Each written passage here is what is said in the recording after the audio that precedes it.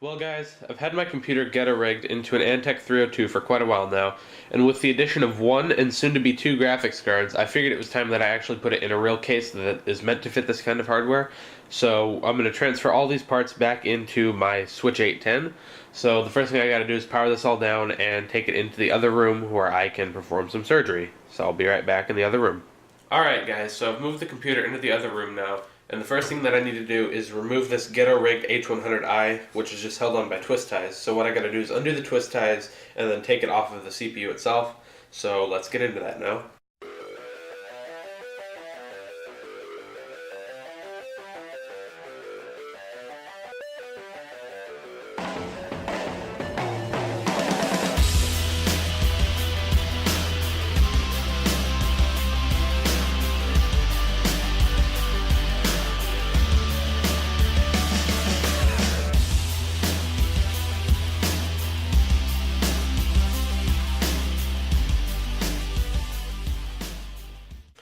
Alright guys, so I removed all the screws now, and this H100i is now completely unmounted. There's my thermal paste on the bottom there. We didn't get complete CPU coverage, but most of it was covered, so maybe a little bit more compound this time, but overall it's pretty good. So now I figure I'll just get some of these wires out of the way so that I can see what I'm doing a little bit better. And now we can actually see what we're doing in here, so I figure the next thing I should do is take out the graphics card and my AVerMedia capture card here, so we'll get those out. There's the AVerMedia card out. I'm just going to set that off to the side. And my graphics card, I need to be very careful and unhook that little latch that holds in the PCI connector. I've never quite understood why that's like trapped behind that other heatsink, but I guess it's not that hard to get to. So we're going to lift out this card real quick and lay it off to the side. And I guess the next thing to do is kind of take out some of the fans that I'm going to be reusing, and then I have to write down which SATA connector is connected to what, because I'm not going to be reinstalling Windows, so I need to make sure everything's hooked up to the same ports. And then we can pull out the motherboard and power supply and stuff. So let's start with fans.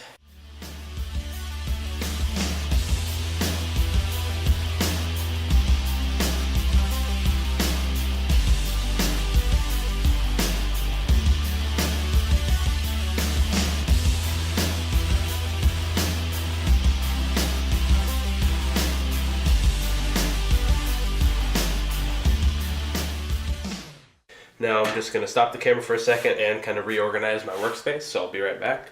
Alright, so during my break I cleaned up my little work area, and I also drew a little diagram of all of my SATA ports and where everything's plugged in. So this is the motherboard view. I just labeled everything that's plugged into each port, and then I labeled both of my hard drives since they look identical. So now that that's done, I can unplug everything from the motherboard and then take all the screws out and take out the motherboard. So I'm going to do that now.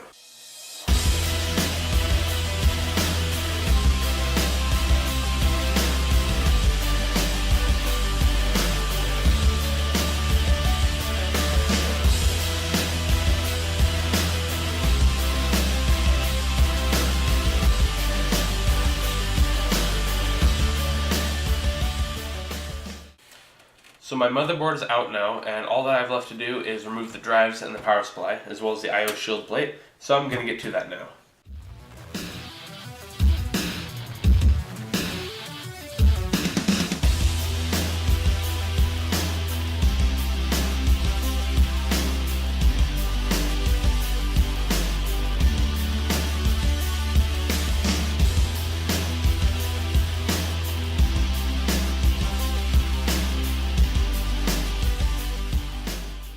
Alright, so now this case is pretty much stripped clean, and now I'm just going to move it out of the way and put all the extra parts from it away back into the box that this case came in, and I'm going to bring up the Switch 810 and put it up here, and we can start rebuilding, so I'll be right back.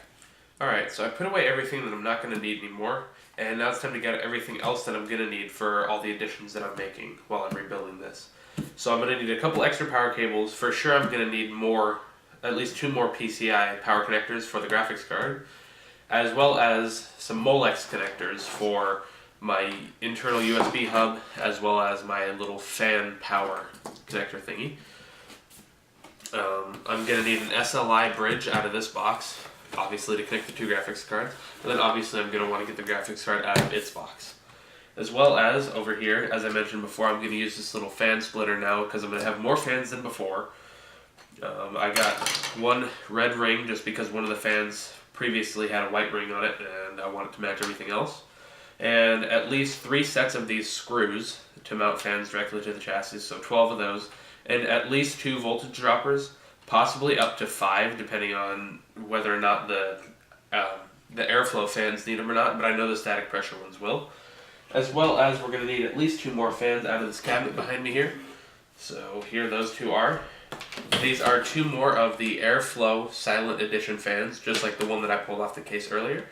So now it's time to get the rest of this stuff out of these boxes.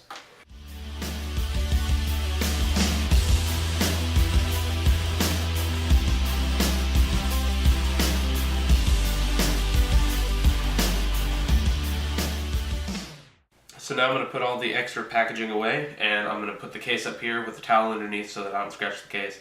And this time, for real, we're actually going to start building. So I'll be right back. Alright, so I've got the case all laid out now, and the first thing I want to do is install the power supply so that everything will be grounded out and there will be no static electricity so I won't destroy my parts. So I've got the power supply in now, and what I want to do now is kind of clear out all of this space so that I can put in my motherboard. So now that the space is all clear, I'm going to put in my rear I/O shield plate, and then we can actually put the motherboard in. So that is firmly seated in there, and I'm going to take out the 9 screws since I left them in here so I wouldn't lose them, and then I can put the motherboard in and put the 9 screws back in.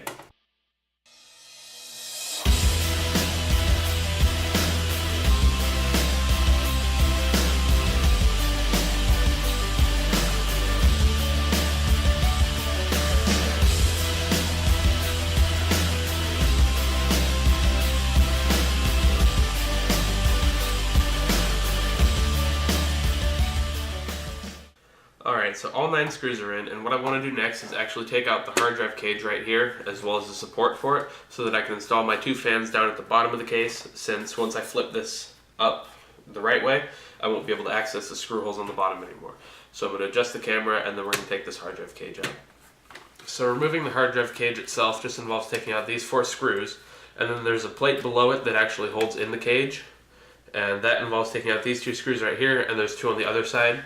But I'm not going to show taking out the 2 on the other side just because that would be a little bit too much effort.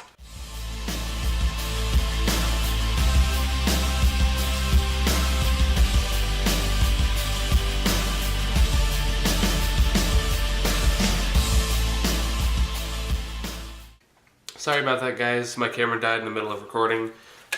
But all that you missed basically was I just finished taking out the screws to take these feet off, and I flipped the case over and took out these other 2 screws to get that little plate off of the bottom there. So now what I'm going to do is just put this drive cage back in with the 2 thumb screws, and then I'm going to put the 2 fans on the bottom. Next, I guess I'll put on the front fans as well as the one on the drive cage, just to get them over with. Alright, so those 2 fans are installed now, and I'm going to lay the case back down on its side, and I'm going to figure out what else to do from there. So I'll be right back. Alright, so I decided that I'm going to run the 8-pin and 4-pin CPU power connectors from down here, obviously, to up here, so that I won't have to deal with them once I install my CPU cooler. And I'm also going to run the 24-pin just because it is the biggest wire, and I want to make sure that it has priority over everything else. So I'm going to run those 3 wires now, and then we'll move on to installing the CPU cooler.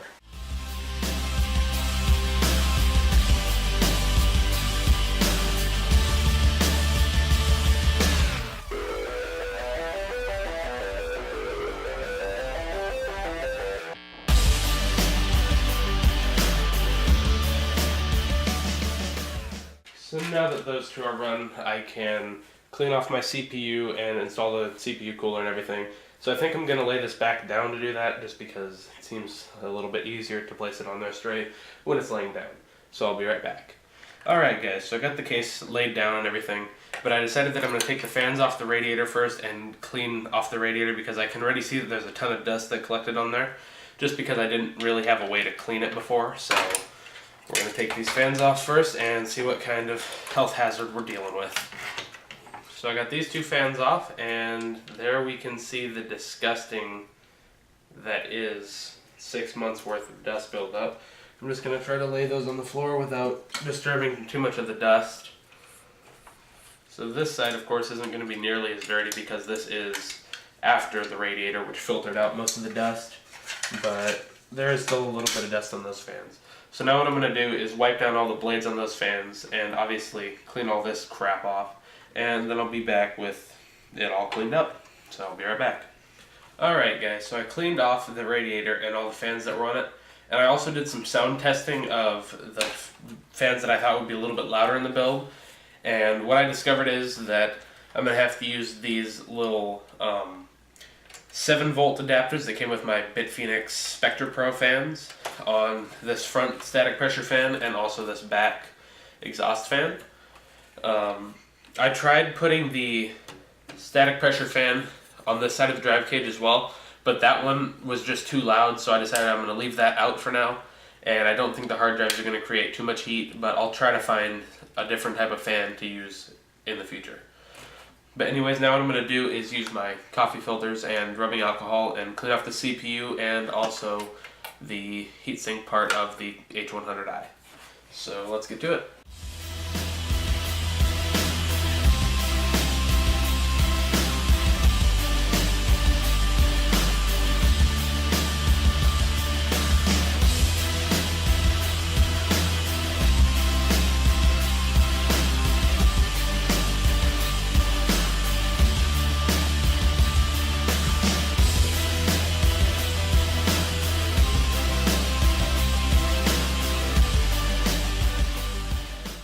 Alright, so I've got the H100i nice and cleaned.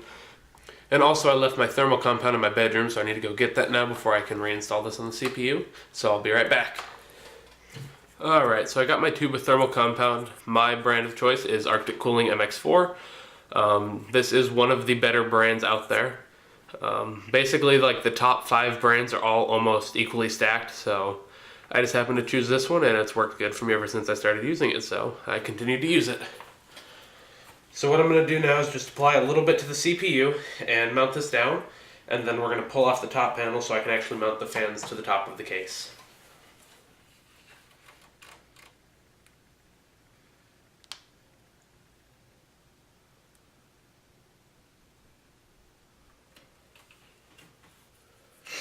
That looks like maybe a little bit too much, but it'll be fine. And now we can stick this down. Make sure nothing's underneath it. Make sure the Corsair logo is facing the right direction. Push it down. And start putting on screws. Alright, so I got that on there. I tried my best to get equal pressure, but it wasn't quite perfect. I haven't done this in a while, so of course it wasn't going to be completely perfect, but it should be alright. So now I'm going to just plug in this fan header, and I'm actually going to split it off a little bit further so that I can plug it into the fan header and then run the power connector down behind so I can plug it in. And we're going to run this through this hole for now. Might end up going somewhere else later, but we'll just leave it there for now. What I gotta do first is put these 2 fans on here because I'm gonna mount it through the roof with the fans on top of the roof. So I need to mount the 2 that aren't actually going through the roof first. So I gotta make sure I get the wires routed all the right ways so that they can be hidden behind the back panel. So I guess there really isn't gonna be a clean way to run these wires. So I'm just gonna have to put them out in the open and try to wrap them up and hide them as much as I can. But for now, we're just going to worry about getting this thing mounted, and we'll worry about wiring it all up later.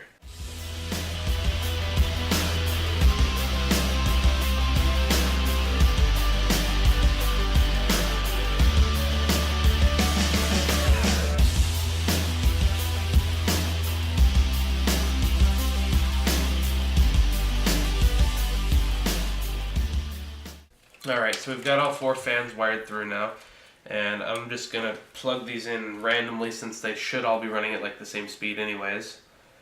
And, well, I take that back. I'm going to pair them up by which side they come from since the wires will be a different length and therefore will need to be cable managed slightly differently. Okay, so I ended up just having to shove those over into the corner, and they should stay there pretty well considering the 4 and 8 pin CPU power connectors are kind of holding them in there, and I don't really have a better option of routing those right now. I could have come up with something if I really wanted to like break out the Dremel and make a hole for the wires, but I don't want to deal with that crap right now. So we're just going to finish building this how we can right now and worry about modifications and improvements later. So now I think we'll worry about plugging in the SATA data cables and like the front pin connectors and all that stuff. So I'm going to flip the case up so I can get access to both sides of the case and run some wires through, and I'll be right back. Alright, so I've got the case standing up and I've got all 5 of my SATA cables right there. And the first thing I want to do is install my Blu-ray and my DVD drives just so I have a marker of where those two are going to be. And I'll just basically run the hard drives to right about where they should be, but not worrying about exactly where they're going to be.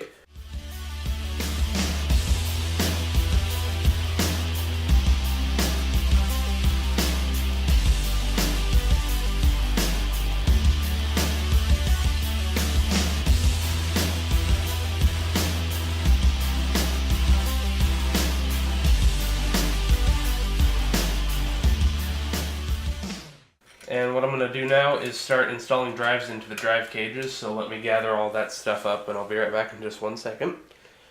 Alright, so I've got my 2 hard drives in my SSD, and then here's the hard drive cage, so we're just going to start putting hard drives in these sleds and putting them where they belong. So I'm going to put drive 2 down here, hard drive 1 here, and then the SSD is just going to have to dangle in there, because when you put these in here and then there's like a hard drive above or below it, you can't access the SATA in any way unless you have straight connectors, which I don't, so I'm just going to have to improvise for now.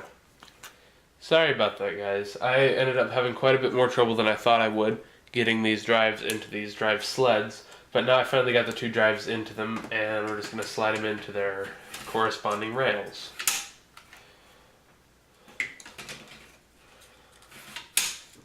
And these 2 SATA cables come through here. So this is the front one, which means it goes to hard drive 1.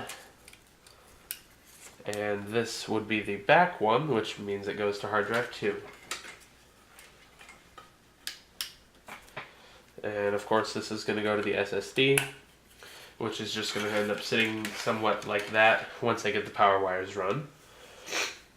Which I think it's time to do that now. So let me gather up the wires that I'm going to need and we'll start running them.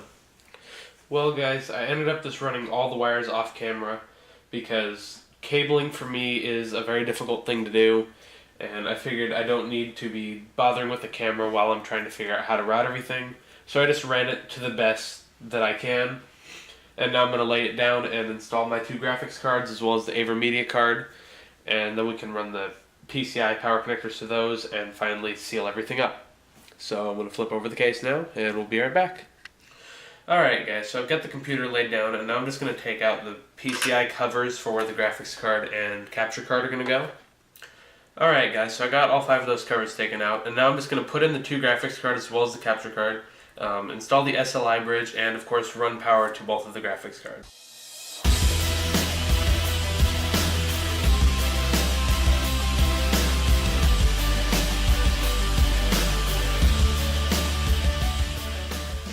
So I seem to have miscalculated by 1 slot, because this capture card, I intend for it to go in the black slot right here as opposed to the slot down here.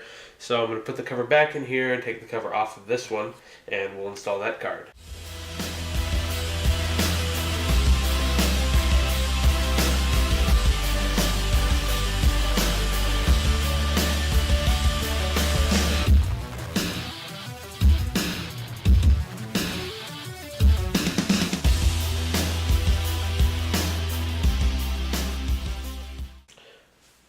Sorry about that guys, the camera battery died at pretty much the last second of the video, so I don't think you actually missed anything. But what I'm going to do now is just flip the case upwards and kind of reorganize some of the cables on the back just a little bit to make everything fit nice and tidy, and then we're going to put the side panels on and of course the top and front panel, and everything should be done. So I'm going to get to that now. Alright guys, so I tried to tidy up these wires as best as I could, and now I'm just going to see if the side panel fits, which I'm pretty sure it's going to. It's just a matter of how tightly. So We're going to pop it on there and push this back thumb screw down. And it fits, and this top part isn't bowed out at all, and this bottom part just has a little tiny bit of bow in it. So overall, I think I did an alright job organizing those cables. Of course, I probably could have done better, but you also got to remember that there were 4 PCI power connectors that I had to route, as well as all the extra SATAs just for like the accessories and stuff. So given all that, I think, especially for me doing it, I did pretty well. So next, I'm just going to turn the system around and put on the top and front panels as well as the side panel, put the bottom filter back in, and I should be done here. Alright, so first things first, I'm going to put on the top panel here. I'm going to put in my little filter down here on the front. Actually, I think that goes in after you put in the front panel, so I'm going to put on the front panel first. And I guess I need to remove one of these DVD drive covers because I didn't mod the case yet like I eventually plan to, where I'll be able to recess 2 DVD drives. So I can only do that for one of them for now. Now I'm going to put the filter in the bottom.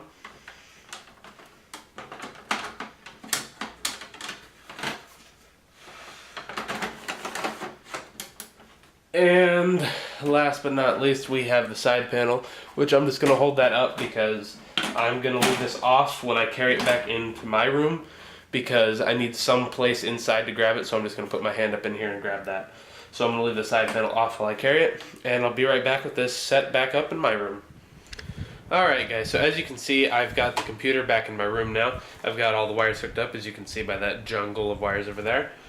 And like I said earlier, I did leave the side panel off partially so that I could carry the system, but also partially because it's kind of a computer builder's Murphy's Law thing, that if you put your side panel on and you can't access your components inside, then you're probably going to need to, like you're going to have some sort of problem. But if you leave it open, then you're not going to need to fix anything, basically. It's just one of those superstitions, I guess. So anyways, without further ado, I'm going to power the system on now, and we will see what happens. Just kidding. Maybe we should flip the power switch over here first. Now we can see we've got power on those lights. Now let's see what happens.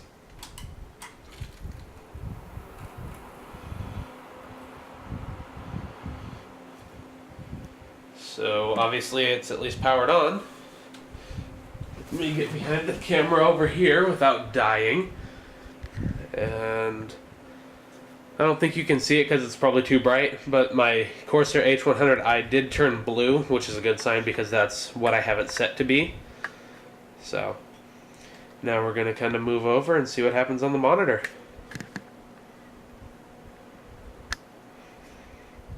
It's probably going to take quite a while to boot just because I have a RAID array and everything that it's got to initialize, which is what it's doing now. There you can see it's booting in once again. Hopefully soon we'll get a Windows loading screen. There we go. And pretty much at this point I'm sure everything's going to work fine. So I'm just going to give it a minute to boot up, and then I'll log in and make sure all my drives are still working as they should. So I'll be right back once I've checked all that out. So I checked everything and it all seems to be working properly. So now the only thing left to do is put on the side panel, officially finishing this project.